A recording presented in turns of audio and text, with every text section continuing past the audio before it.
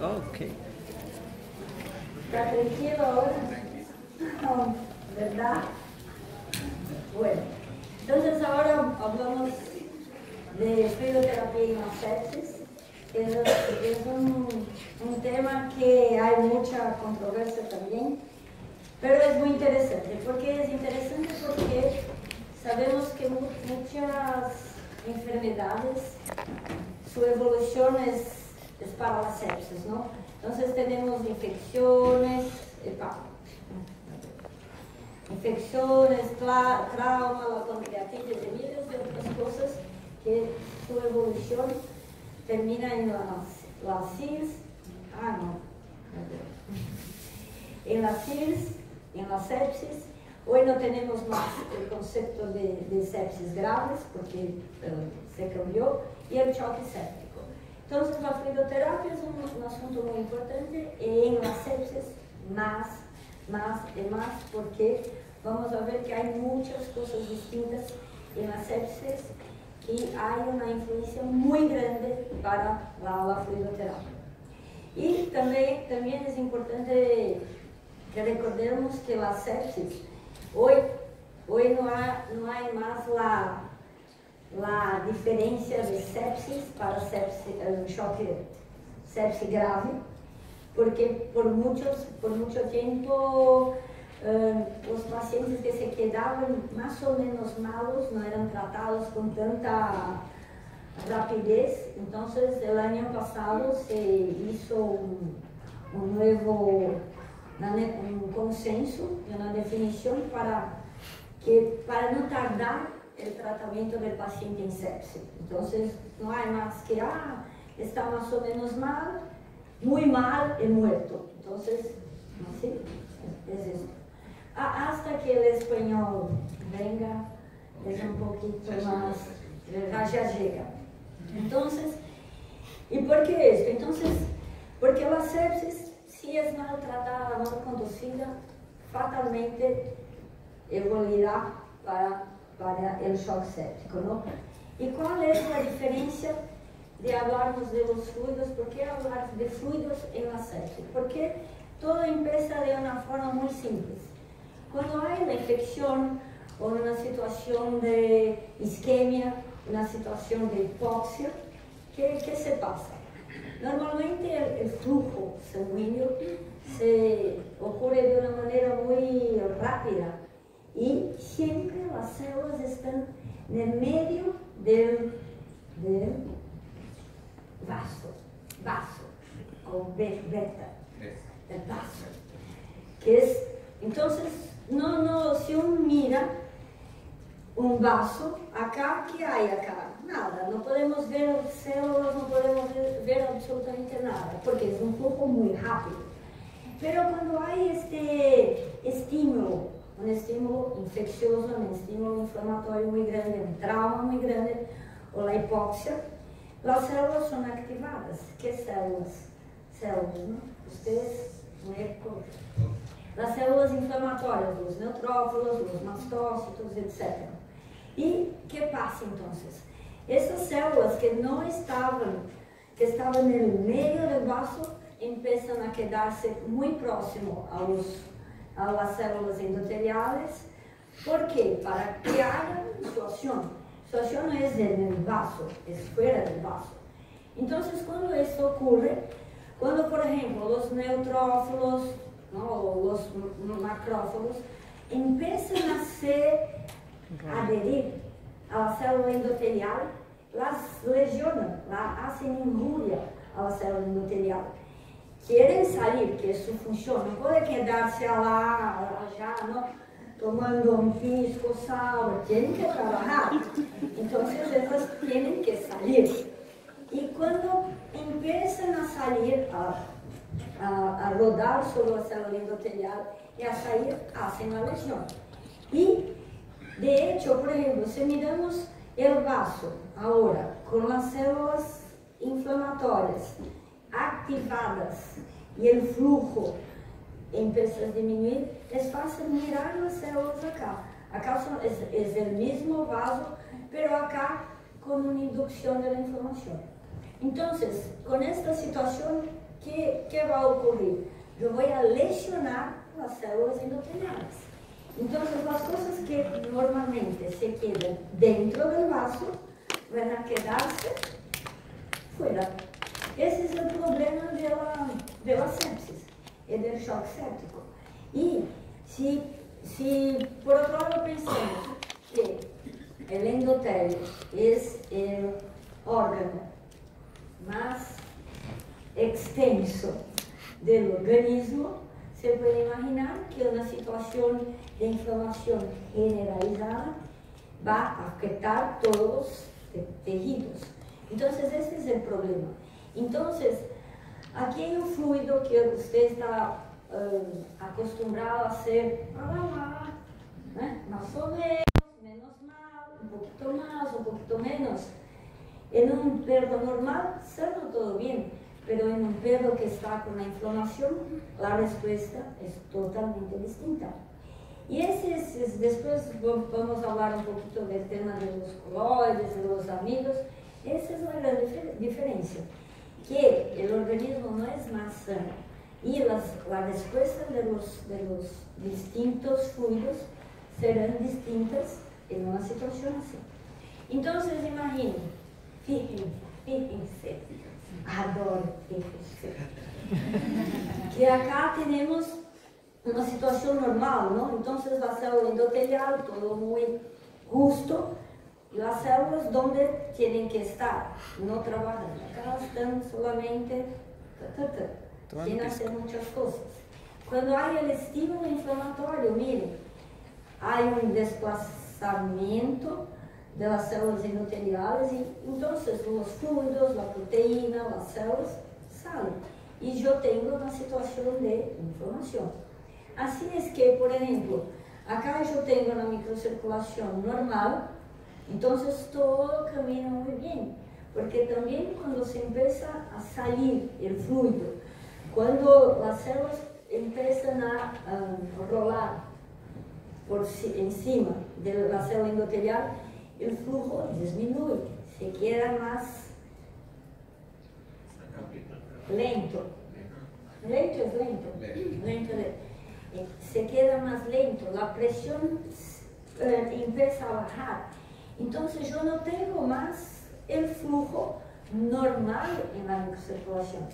Y miren, al paso que las cosas empeoran, yo voy perdiendo más fluido y las cosas van se quedando cada vez más paradas y peores. Entonces, esa es la cuestión. Si yo tengo una situación que ya todo está más o menos, ¿cuál es mejor fluido? ¿Cuál es la mejor manera de hacer la fluidoterapia? Esa es la gran pregunta hoy. Y yo tengo yo no tengo certeza, pero casi certeza, que el fluido per sí no es la cosa más importante, es sí la cantidad de fluido que hacemos, para más o para menos. Porque acá no hay como errar más, ¿entienden? Por ejemplo, si el perro es sano, no es cardiopata, el gato no es cardiopata, es verdad, si usted un poquito más, va a orinar más, un poquito menos, después que se despierta, y todo bien.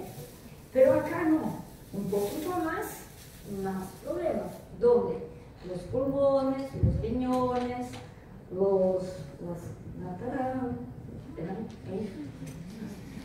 y así es. Entonces, este es el más importante. La fisiopatología de la hipovolemia o la sepsis, tenemos que tener esto en mente para pensar en cómo hacer la fluidoterapia. Entonces hay una mal distribución del volumen debido a la vasodilatación, porque la inflamación, hay muchas sustancias vasodilatadoras que son liberadas en la circulación. Entonces esa es la primera cosa. Después, la retención de la sangre en la periferia por cuenta de la inflamación, el extravasamiento de fluido para el intersticio y el aumento de la permeabilidad capilar endotelial. Entonces, es una cosa muy distinta. Así es que cuando imaginamos entonces que yo necesito restabelecer, ¿no?, la estabilidad hemodinámica, pensamos, sí, es como en cualquier otra situación. Yo tengo el tema del gasto cardíaco, el volumen sistólico, y yo tengo que mejorar entonces la precarga, porque si yo tengo esta hipovolemia, ¿sí?, ¿cómo retornar la estabilidad hemodinámica? Mejorando la precarga. Es la base del tratamiento de la sepsis, ¿no? Entonces, ok, yo voy a mejorar la precarga, pero ¿cómo? ¿Con cuánto fluido? Yo... y un número mágico, plan 5, es así. ¿Cómo usted puede elegir la cantidad de fluido? Hay una mágica, porque en verdad, mire, yo tengo todas estas situaciones acá, empeorando la situación. Yo sé que yo puedo dar fluido y nada se quedar en el vaso, porque yo tengo toda esta situación. Pero yo sé que, de hecho, para mejorar la estabilidad hemodinámica, uno de los principios es restablecer la precarga. Entonces, ¿cómo hacemos? Yo voy haciendo volumen, no es así. Entonces, sabemos muy bien que la cosa de la curva de Frankenstein, ¿no? Esa es la situación. Entonces, la curva de Frankenstein, yo tengo acá la precarga y acá el volumen sistólico. Yo sé que para un dado individuo, una dada situación del paciente, puede ser el mismo paciente, yo puedo aumentar la precarga un poquito y él va a tener un aumento muy bueno del volumen sistólico. Entonces, esta es la situación que, de hecho, la fluidoterapia va a ser muy bien. Pero, ¿cómo saber que el perro está acá o acá? Esta es la grande cuestión. Este es el grande cuestionamiento. ¿Por qué? Porque si yo tengo acá bajo volumen sistólico, sí, yo voy a llevar a la isquemia de los órganos, pero yo sé que si yo hago la fluidoterapia, es ok. Pero si el tipo está acá y yo hago una sobrecarga volémica porque yo no sé que él está en este punto de la curva de Frankenstein, yo voy a empeorar la situación de edema, la situación de inflamación, porque no es un individuo normal. Entonces, esto para los individuos normales ya es una tragedia, pero es más o menos, un poquito después, él va a orinar y todo bien, sale. No sé cómo, pero las cosas se normalizan. Pero en el individuo que no está bien, es una tragedia, ¿sí? Entonces, por ejemplo, eso es una cosa que hoy no, hace 20 años, y los médicos percibieron en los pacientes de UCI que no era bueno que ellos se quedaban en demasiados, que se ponían peso. Porque, por ejemplo, hoy se sabe que un individuo que se aumenta el peso por cuenta de la fluidoterapia tiene una mortalidad mucho mayor. Entonces, esta es la situación. Entonces, se empezó muchos estudios evaluando justamente la cuestión de la fluidoterapia en el paciente crítico. Y que, en verdad, lo que es más importante es tenernos cómo mensurar la necesidad de fluidoterapia. Entonces, por ejemplo, acá no hay nada que ver, pero solo para mirarnos un estudio con un exceso de rinderlactato. También acá son células cardíacas, es miocardio, ¿no? Entonces, el grupo control, un grupo con amido, un grupo con una cantidad extremada de rinderlactato. Hacemos la injuria por todos los tejidos. Entonces, en verdad, de hecho, sabemos que es verdad que yo tengo para el gasto cardíaco, por ejemplo, una fluidoterapia adecuada, yo voy a mejorar la performance, pero una fluidoterapia en exceso, yo voy a empeorar la situación. Entonces, es bien así. Bien así. Entonces, ¿cuál es el nuevo concepto en la fluidoterapia, en la sepsis? Que sea. Tenemos que pensar en la fluidoterapia como un tratamiento. Hoy por la mañana, ¿qué dosis empleamos de ketamina para el caballo? 2.2, 1.1 de Xyloze y bla, bla, bla. La fluidoterapia tiene que ser igual. Tenemos que tener en mente cuánto vamos a hacer. Porque es un tratamiento que puede ser bueno o muy malo, ¿no? Entonces, o sea, la fluidoterapia debe ser prescrita como una medicación, con dosis, un tipo, cuál es el fluido, su duración y establecida con metas muy claras. ¿Qué objetivo yo tengo con esta fluidoterapia en este momento? Así que debemos hacer. Entonces, ¿cuáles son los puntos para ser considerados? Podemos hacer miles preguntas. Por ejemplo, las importantes. ¿Cuál volumen en cuánto tiempo? ¿Cuál fluido? Y cómo monitorear la reposición volúmica. Entonces, hay miles de cosas interesantes en la literatura. Y, por ejemplo, los super tops, ¿no? Jean-Louis Vincent, que todos conocemos, pero la reposición volúmica, podemos hablar de 4 fases de la reposición volúmica. Y acá, y pensarnos así, una fase de resucitación, donde hay las condiciones de riesgo de vida. Después que yo resgaté la presión, que está todo bien, sí, ahora hago una fase de titulación de la dosis. ¿Cómo está el lactato? ¿Cómo están los otros parámetros? ¿Se normalizaron? ¿Está todo bien? ¿La frecuencia cardíaca mejoró? ¿Está todo mejorando? ¿No? Yo necesito hacer algún ajuste, ¿no? Después, la fase de mantenimiento y, por fin, la fase de destete. Entonces, así viene el concepto del desafío hídrico, ¿no? Que es el concepto, ¿para qué hay este concepto de desafío hídrico? ¿Cuál es la palabra de Dios? ¿Cuál es el porqué del desafío, del concepto de desafío? ¿Por qué hacer un desafío? Para evaluar la respuesta y si el tipo es el respondedor del fluido o no respondedor.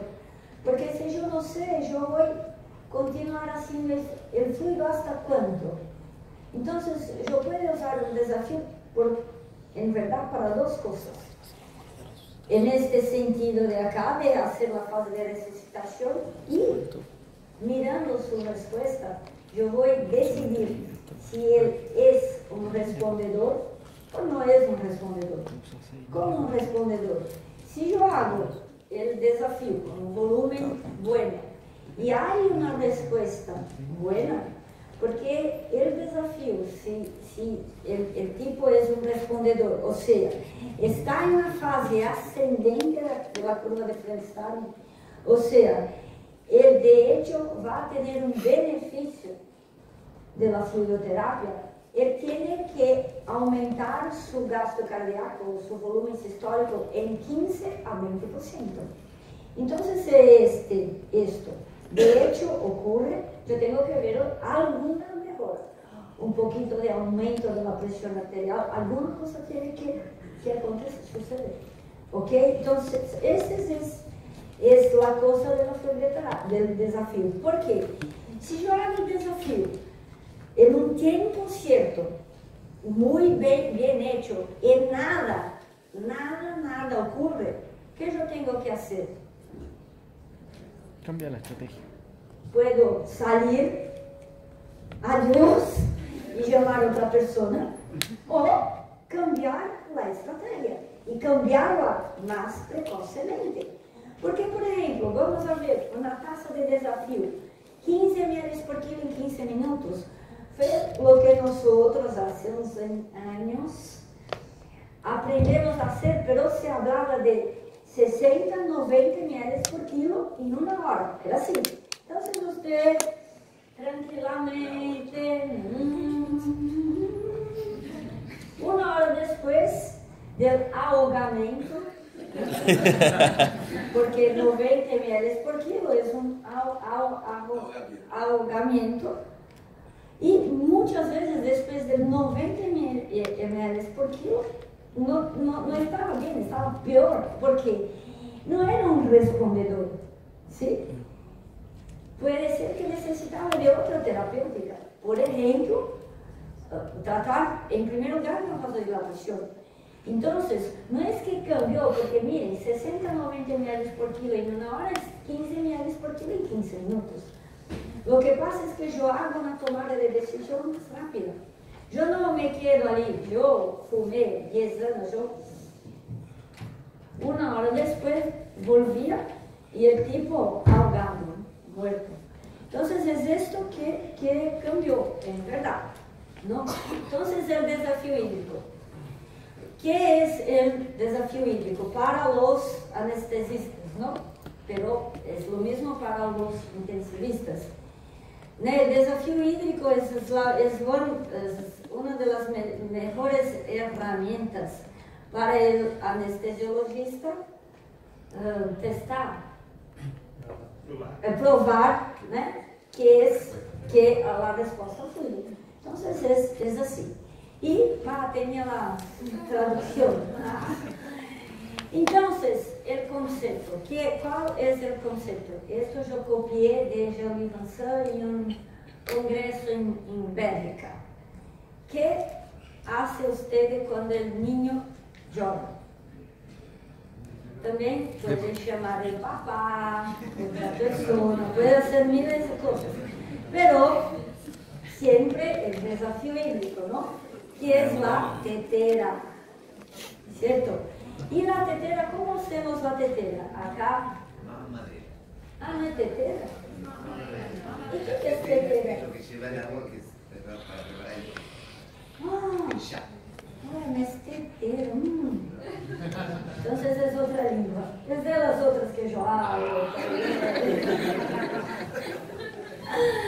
Yo creía que iba a causar un wow, tetera. La mamadeira. ¿Qué hacemos con la mamadeira? Usted no va a hacer la mamadeira con un ola. El furo. Agujero. Con un agujero. Muy pequeño. Sí, porque si no el tipo se queda. Y usted después de media hora, con el niño.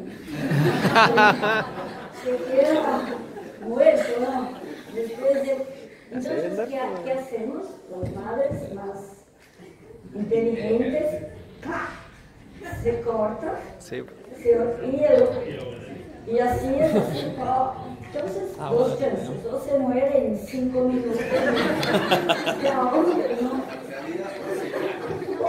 o se hidrata. Y el concepto es esto. Es exactamente, porque si hay otro problema, si hay es el pipí, usted, no es la mamadera, es otra cosa. El concepto es exactamente lo mismo. Usted empezó a hacer la fluidoterapia, nada ocurre, puede ser que no es el problema, es la fluidoterapia.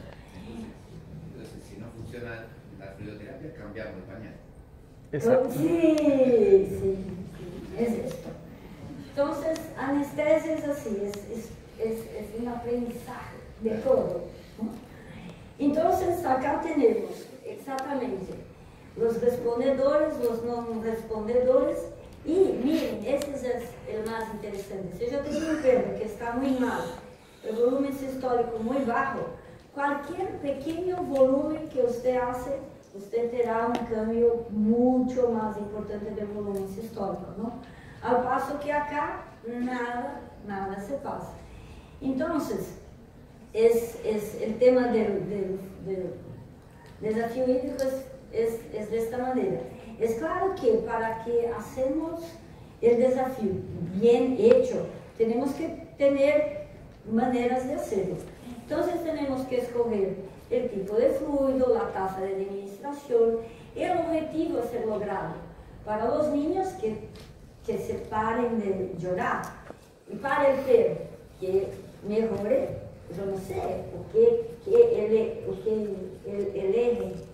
elijan la frecuencia cardíaca, la presión. Es claro que yo no puedo mirar un solo parámetro, porque no, pero yo tengo que tener una meta clínica para mejorar. Entonces, por ejemplo, solo para pensarnos, un estudio muy interesante que fue el estudio Fenici. Miren, 2.700 pacientes y muchos centros en muchos países, ¿no? Ellos evaluaron cómo se hace el volumen en los pacientes críticos y percibieron que no hay tampoco un consenso. Por ejemplo, el desafío de 500 a 1000 ml en un tiempo medio de 24 minutos, una media de 7 a 15 ml por kilo. Después vamos a ver cómo mensurar estas cosas. Entonces, es la primera cosa. Yo tengo que tener un volumen. ¿Cuál es un volumen? Ustedes pueden elegir. Estamos haciendo, porque empezamos así, 15 ml por kilo. Hicimos un estudio en los perros para tener un número. No sé si es un número mágico, pero es un número que de hecho promueve un incremento del gasto cardíaco, del volumen sistólico, encima de 20%. Entonces yo sé que es un volumen bueno, ¿sí? Entonces empezamos con este 15 ml por kilo. Entonces es así. ¿Cuál es el tipo de fluido que voy a emplear? Después vamos a hablar, pero generalmente es un cristaloide. La tasa de infusión puede ser 15 ml por kilo en 15 minutos. Fíjense, este es un volumen bien adecuado para la gran mayoría de los perros, porque estamos haciendo ahora con el 10 ml por kilo. Yo percibo que hay un incremento, pero para no todos los animales, para algunos yo necesito llegar al 15. Entonces, yo no tengo mucho monitoreo. 15 es un volumen muy bueno. Los objetivos clínicos es la presión, es la frecuencia cardíaca. Tiene que establecer un objetivo clínico.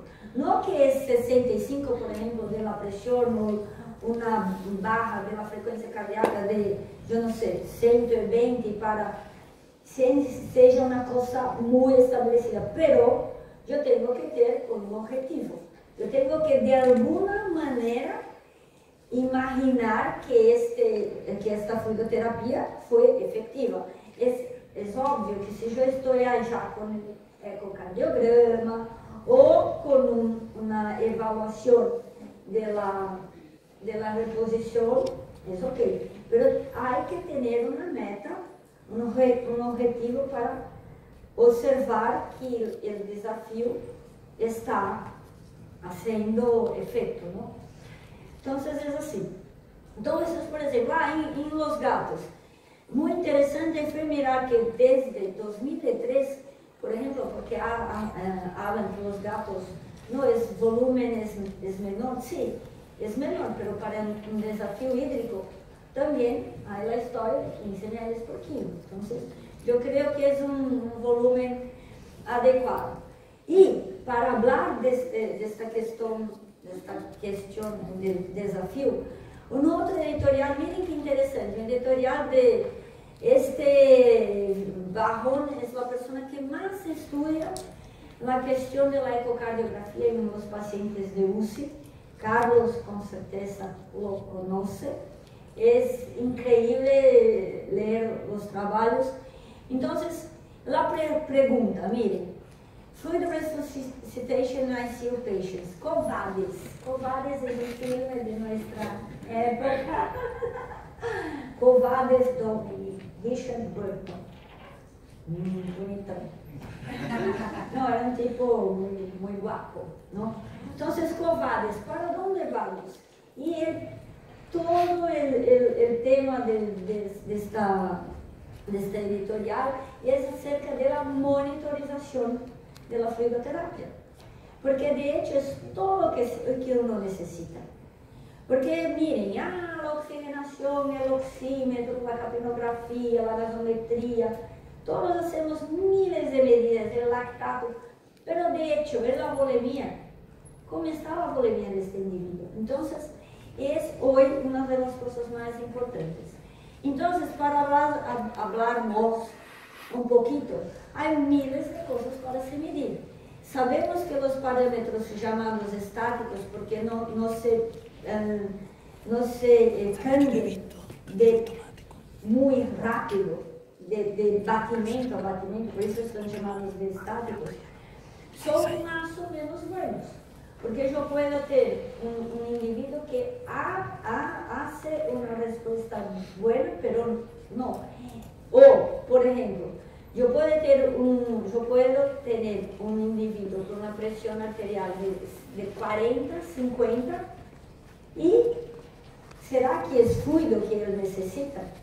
No, el valor de la presión arterial no me indica en 100% de las veces que lo que él necesita es fluido.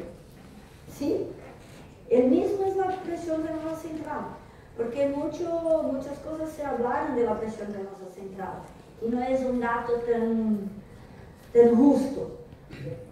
Yo empleo mucho aún la presión venosa central. Si yo no tengo más nada, y por ejemplo, yo estoy con la piometra, y yo con el catéter central es 10, es 12, probablemente no voy a hacer un desafío hídrico, ¿sí?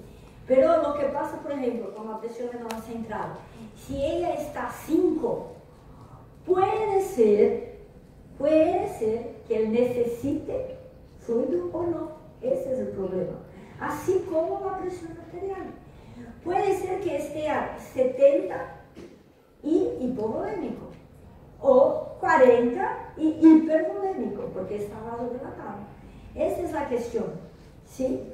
Entonces, los parámetros llamados estáticos, no sé si es estático en español, no nos dicen que el tipo está hipovolémico, ¿sí? Esa es la cuestión, ¿no? Entonces, se empezó a emplear otros tipos de parámetros. Por ejemplo, la variación de la presión de pulso, la curva de la pletismografía, el índice de colapsabilidad de la cava craneal, de la cava caudal, cosas que de hecho nos pueden decir con seguridad, no, este tipo está hipovolémico. Entonces es así. Es claro que siempre tenemos que pensar en un conjunto de parámetros para una toma de decisión, pero con seguridad.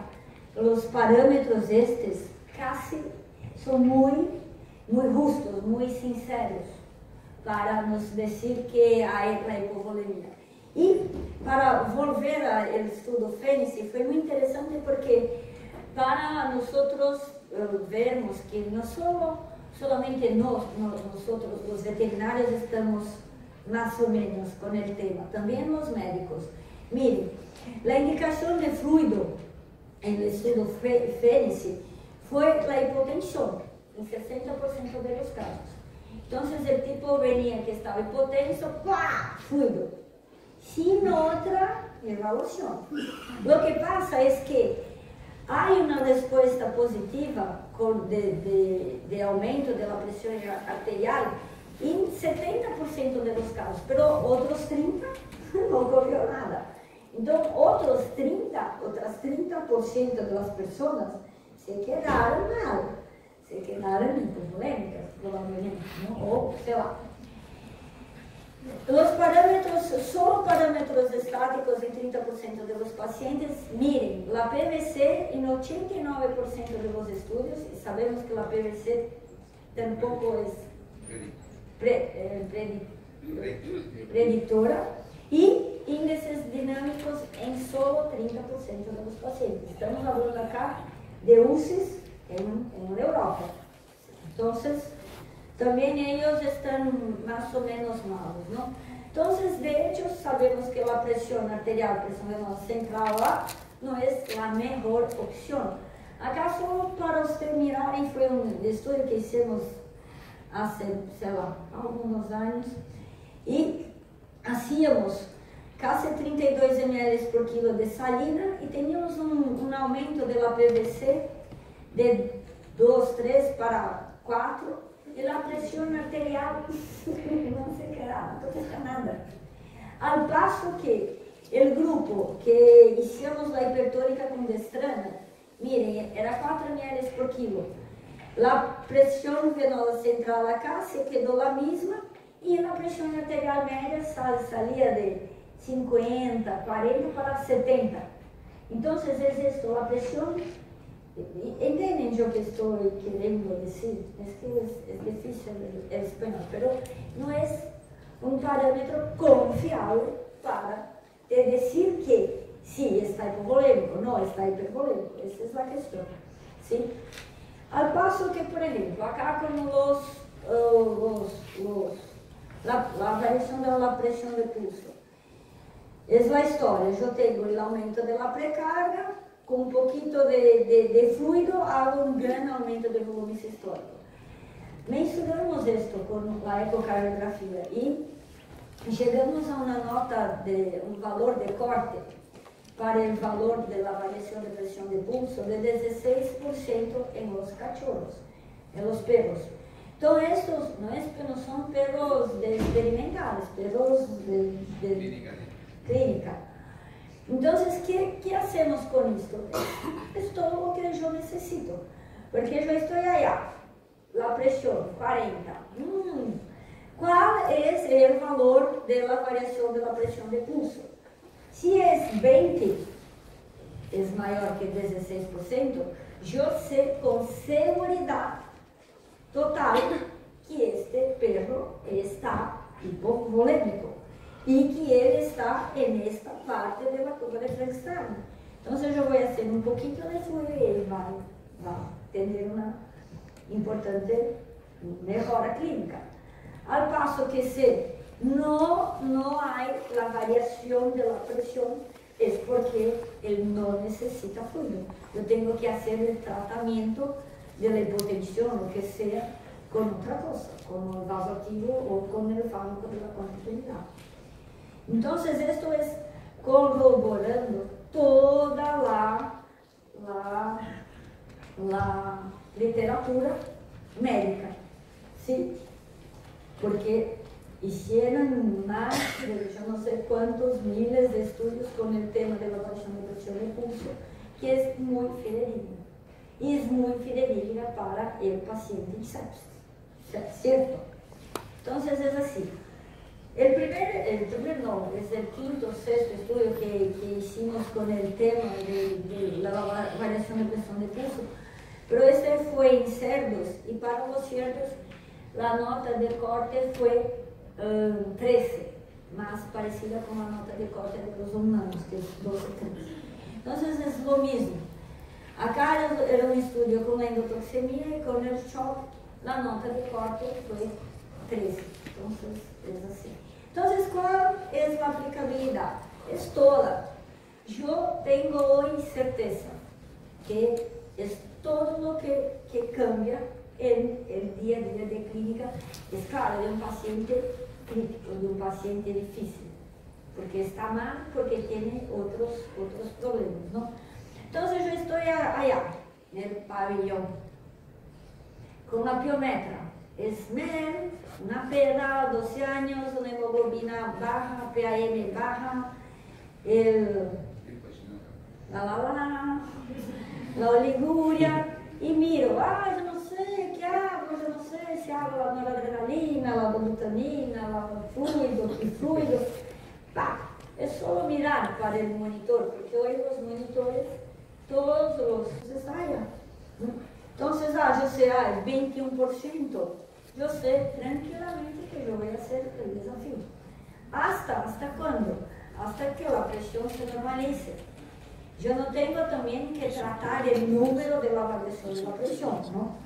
Entonces yo hago hasta que yo tengo la meta clínica que yo establecí, que puede ser la presión arterial sanada.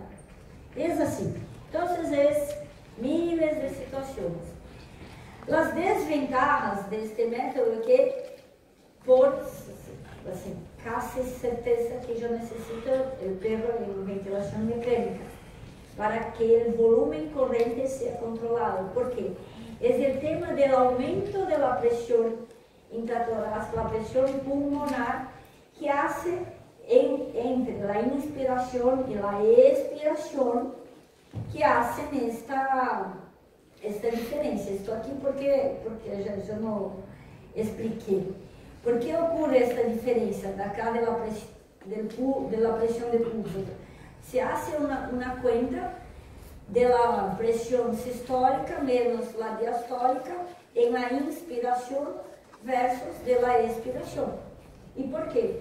Porque durante la inspiración el pulmón se expande, hay una compresión de los vasos, ¿no? Los vasos sanguíneos. La presión sistólica durante la inspiración es más, la diferencia, ¿no? La presión de pulso es mayor en la inspiración do que la expiración.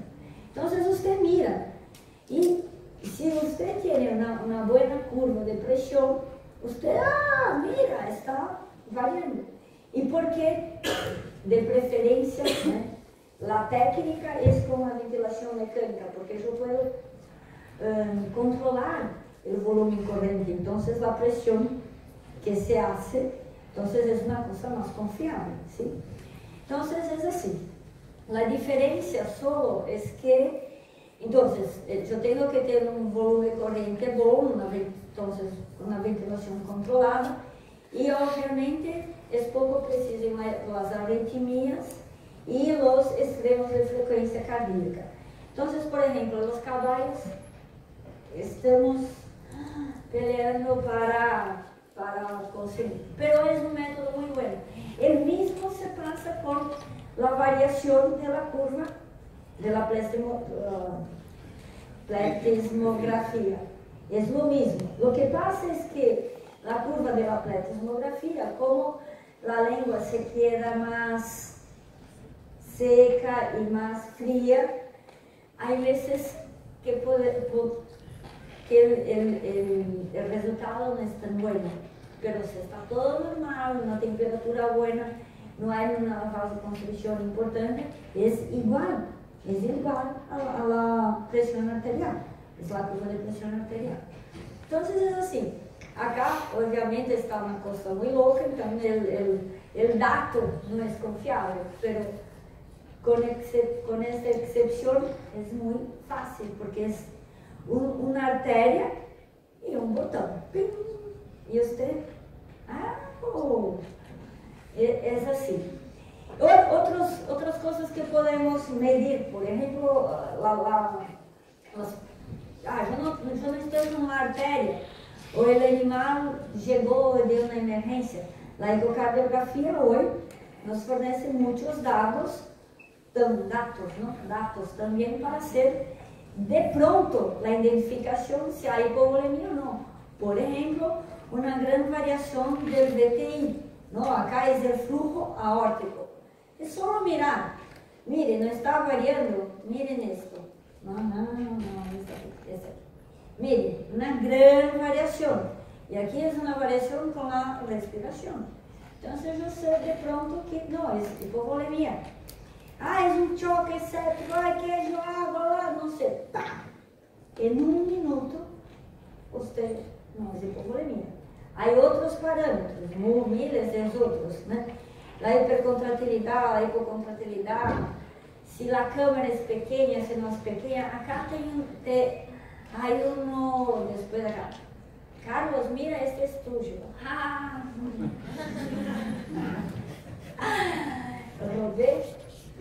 Robé de él, pero pedí permisión para María. Entonces acá es lo mismo. Por ejemplo, si yo tengo un tipo con una hipovolemia, el volumen diastólico final está disminuido, si está normal y la resistencia vascular disminuye, yo sé que lo que él necesita no es fluido, es un fármaco aquí, y así es. Entonces, la literatura, acá yo no sé si va. Hay muchas cosas que podemos hacer. No, acá era, por ejemplo, también muy fácil de hacer. Yo hago el eco transesofágico. Porque la doctora tiene muchos recursos. Yo tengo muchos. No, pero porque para los anestesistas es más fácil, ¿no? Usted hace el esofágico. Entonces, son pocas cosas. Yo no sé metade lo que Carlos hace, pero con pocos parámetros yo puedo decidir si es volumen o no. Entonces, lo que quiero hablar para ustedes, no importa cómo, pero yo tengo que tener una manera de descubrir si es hipovolemia o no. Porque si yo hago el mejor fluido del mundo y él no necesita, es un error, ¿no? Porque yo tengo una situación alterada. Entonces, hay muchas cosas muy simples de hacer. Esto aquí es fácil. Entonces, el tema de la variación del flujo aórtico, por ejemplo, con el tema del esofágico, yo hago así, pronto, está lá en el estómago, hago así, en un minuto, en 30 segundos está allá. Imagino para quien hace lo transtorácico es lo mismo, porque son ventanas muy fáciles. Entonces, esta es una cosa distinta porque, mire, fíjense, más unos 3 años yo voy a hablar mejor. Pero fíjense, no es que la ecocardiografía que nosotros vamos a hacer es la que el ecocardiografista hace. Son 3, 4 ventanas, 4, 5 parámetros que nos ayudan en mucho a hacer esta tomada de decisión. Ok, yo no tengo el eco, entonces yo tengo la variación de la termografía o yo tengo la variación de la presión de pulso. Son otras opciones. Otra opción para los ultrasonografistas, la cava caudal, que se hace la cava craneal con el esofágico, pero la cava caudal se hace de fuera, de fuera. Entonces es así, no importa, tenemos que hacerlo. Entonces, ¿cuántos desafíos? Si yo estoy con toda esta tecnología, él me va a decir si yo necesito más o menos desafíos. Pero si yo no tengo nada, yo tengo que usar de buen senso, ¿no? Y evaluar las otras cosas, la presión, el lactato. Pero miren, se queda más difícil, ¿no es verdad? 1, 2, 3, no sé.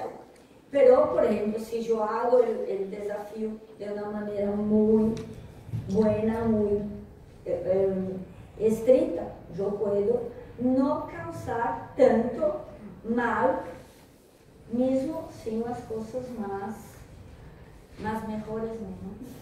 Mejores.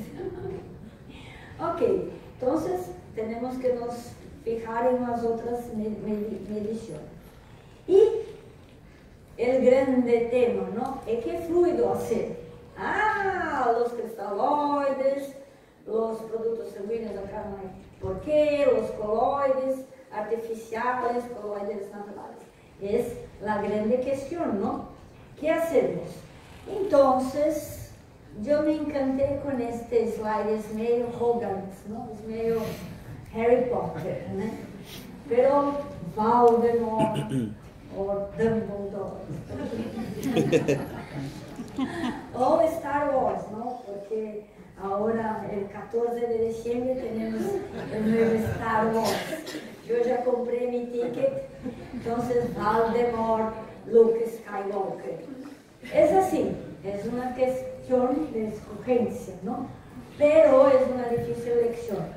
Sabemos sí que en verdad los coloides tienen cosas buenas, más expansión plasmática, algunas alteraciones de coagulación, pero menos edema, hay cosas buenas. Pero de hecho, en una situación de sepsis, ellas son mejores. Esa es la cuestión. ¿Y por qué es la cuestión? Usted tiene que, antes de acá, recordar que aquella situación el endotelio todo alterado, si yo tengo una sustancia que puede salir y puede causar tanta inflamación así, en verdad, el tema de la permeabilidad aumentada, no importa si es un cristaloide, si es solo agua, o si es solo una molécula de amido o de destrana que va a salir, ella va a salir del fluido. Entonces, la discusión fue bien esta, porque de principio se imaginaba que con una grande molécula las cosas no iban a salir del vaso, porque yo tengo el endotelio lesionado, pero yo tengo una gran molécula, probablemente ella no va a salir. Pero no fue así. Y se vio que en verdad más inflamación puede ocurrir cuando yo tengo ya una situación de inflamación y hago los coloides. Es más o menos así. Vamos a hablar un poquito. Entonces, en verdad, nos parece que los cristaloides de elección, con certeza, no nos parecen, son el ringer lactato, que no es la mejor opción, porque ellos que pueden promover el edema cerebral. Entonces, por ejemplo, es todo un tema en los pacientes con trauma craneoencefálico. Si bien que, por ejemplo, el ringer lactato con la hipertónica, que hoy es top para los traumas craneanos, si el tema del sodio baja un poquito con el ringer lactato, porque en verdad el ringer lactato tiene una proporción de sodio más baja, ¿no?, que el plasma. Cuando yo hago la hipertónica junta con el ringer lactato en un trauma craneano, la concentración de sodio se normaliza. Entonces, pero hay todo ese problema de la hiponatremia, ¿no? Ya el ringer acetato no, es más fisiológico, pero que para nosotros, por ejemplo, es más caro, ¿no? Porque tenemos que comprar de la Baxter o de la otra que es muy caro. Entonces, ni siempre se utiliza. Ya el cloreto de sodio, acá, yo me olvidé, no es una cosa muy buena para hacer, porque sí, ahí yo hago una acidosis hipercolémica mucho más grave, porque la cantidad de cloro de la solución fisiológica es 156 mEq por ml, al paso que del plasma no es 108, 109. Entonces la solución fisiológica no se queda bien para esta situación. Y los amidos fueron mucho empleados, se empleó por muchos años, y sí, una evolución hasta que llegamos al volumen, hace muchos años, porque era un fármaco que por sus características tenía una duración, una circulación buena, más o menos 4 o 6 horas, y porque tenía el grado de sustitución más bajo, entonces no se quedaba tanto tiempo en el vaso. Y también porque, por cuenta de tener el tamaño de Daltons, ¿no? 130.000 Daltons, no era una molécula muy grande. Entonces, con estas cositas, se imaginó que fuera a ser un super coloide y que los efectos adversos fueron menores. Pero se pasó esto, más o menos, ¿no? Entonces, en verdad, mucha discusión, muchos estudios, y se llegó a un consenso en la medicina que en la sepsis, estos, no importa si es el Volven, ¿cuál era el otro? Esqueci o nome, el otro, 200, etc. Ellos van a salir y van a hacer un efecto que no es bueno. Entonces, este estudio fue muy interesante porque, miren, se sugiere que el menor grado de reemplazo y el menor peso molecular del volumen facilite la mayor absorción en el epitelio tubular, llevando a nefrosis osmóticas requiriendo hemodiálisis, siendo peor que sus antecedores. Entonces, hay muchos estudios con esta misma reflexión. Si hay más fallas renales, tenemos obviamente que hacer un pensamiento, porque muchas veces la tasa de administración es más alta.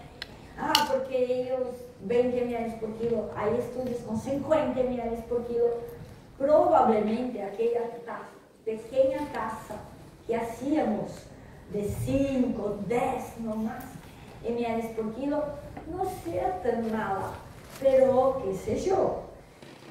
Ocurrió en Brasil en varios casos de las personas que emplearon el volumen. El perro se murió porque iba a ser morir y las personas fueron litigadas. Entonces, esto es muy común. ¿Por qué? Si realmente usted mira toda la literatura, la Asociación Europea no permite el empleo del volumen en los individuos con sepsis. Entonces tenemos que, yo no sé, esto es que la literatura habla. En perros hay 2 o 3 estudios que hablan. Entonces ellos hicieron un estudio retrospectivo 2007-2010. Fueron 180 perros que recibieron al lumen y 2 perros con la fluidoterapia convencional. Entonces, el GES subió la incidencia de ira, incrementó la mortalidad y más fue un factor de riesgo independiente para la muerte. Y dosis, miren, no es que emplearon 50 ml por kilo, emplearon 8, ¿no? Entonces, yo no sé, qué sé yo que allá paramos de emplear el volumen en los casos de sepsis. Otra cosa interesante que no hay nada que ver, pero es un pensamiento, porque hicimos muchos estudios con el 200, con el 130, con el volumen, en cerdos, haciendo la hemodinámica con una retirada de sangre de 50, 40, 50%, y hacíamos en un grupo o volumen, o etastash, o interlactato, fisiológica, unos 107 estudios que publicamos en British Journal of Anesthesia, en Shock, y no es sepsis, ¿ok? Pero el pensamiento, ¿cuál es? En esos estudios que hacíamos el 3:1, ¿no? 3 de cristaloide para 1 de coloide de cada ml de sangre que repuesto. ¿Qué vimos del punto de vista hemodinámico? Nada. Ninguna diferencia. Está lá, los trabajos están allá. Nada. Porque la hemodinámica fue muy mejor con esto, con eso. Sí, estoy hablando de una tasa de 3:1, ¿no? Entonces, ese es un pensamiento que si yo empecé a pensar en esto, ¿para qué yo voy a hacer una cosa que hay un riesgo de causar tanto daño si después... Sí, ¿no? Entonces yo creo que esta es la gran pregunta que todos empezaron a hacerse. Wow. ¿Cierto? Y hay miles de estudios, también de perros que hablan que tenemos que esperar. Y en hecho este de 2013 es más viejito, pero hablando que la Sociedad de Medicina de la Europa retiró, ¿no? Entonces, yo no sé, está allá. Y ahí la albumina. La albumina es un coloide que no es sintético, es natural. Entonces, dos estudios muy importantes. Uno fue el Safe Study de 2004, de un grupo de Australia, y compararon la albumina con la salina en la sepsis. Y el resultado igual. Entonces, voy a usar la albumina. Y este audio fue el estudio de 2014, que este tipo, que es el Luciano Gattinoni, yo vi él llorando cuando apresentó en el Congreso de Barcelona, de la Critical Care, European Critical Care, bla, bla, bla, porque él no hace efecto, es mejor, pero él solo mostró una diferencia que solo él podía ver, que en los grupos hay miles, es muy interesante leer estas cosas, porque varias cartas de editores, de otras personas hablando que mira, solo usted está viendo esta diferencia, una pequeña diferencia en los peores de los peores. Entonces, de nuevo, si hay tanta cosa, ¿será que vale la pena? Porque para mí, si yo estoy haciendo tanto caso con una cosa, es porque es muy mejor. Y yo voy a conseguir ver la diferencia. Entonces, si la diferencia es tan pequeña y tanta cosa, ¿será que vale la pena emplear? Yo creo que esa es la pregunta. Entonces, después de algunos años, haciendo las anestesias, los estudios, para mí, si yo tengo que escoger, Voluven, albumina, no, yo quiero la Ringer lactato y la misma variación de presión de pulso, o el mío eco. Yo puedo casi, yo un día voy a demostrar, pero yo tengo casi certeza que es todo lo que importa. Entonces es así, los estudios no fueron una tragedia. Y entonces la exposición polémica,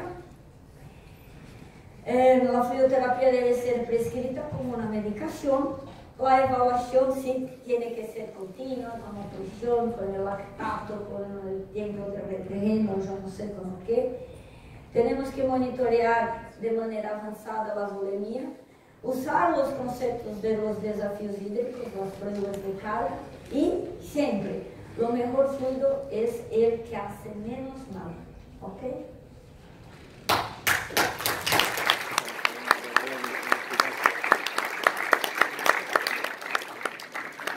Traducir así. Con la lenta elección de pulso, la presión sistólica. Voy al baño. Viendo que humanos hay un grupo de pacientes que aparecen según ese tipo de análisis, como que van a ser respondedores, pero finalmente, si bien hay una mejoría en el gasto a veces, no repercute en una mejoría en la presión arterial. Sí, es la gray zone, ¿no? Quería saber si usted ha visto eso en perros. No, sí, pero porque usted tiene 16, pero puede ser 17 para uno, 14 para otro, como cualquier otro parámetro, ¿no? Entonces, por eso que no es solo un parámetro. Usted hace con una decisión, observando todas las cosas. ¿Cómo está la frecuencia cardíaca? Es el primer desafío en este segundo, por ejemplo. Yo hago un desafío, estaba 28 y se cayó para 17. Y yo estoy con una presión 60 y poquito. Probablemente no hay que hacerlo de nuevo. Entonces, no es solo el número, es toda la situación. Porque de hecho está correcto, hay una zona, una gray zone, ¿no?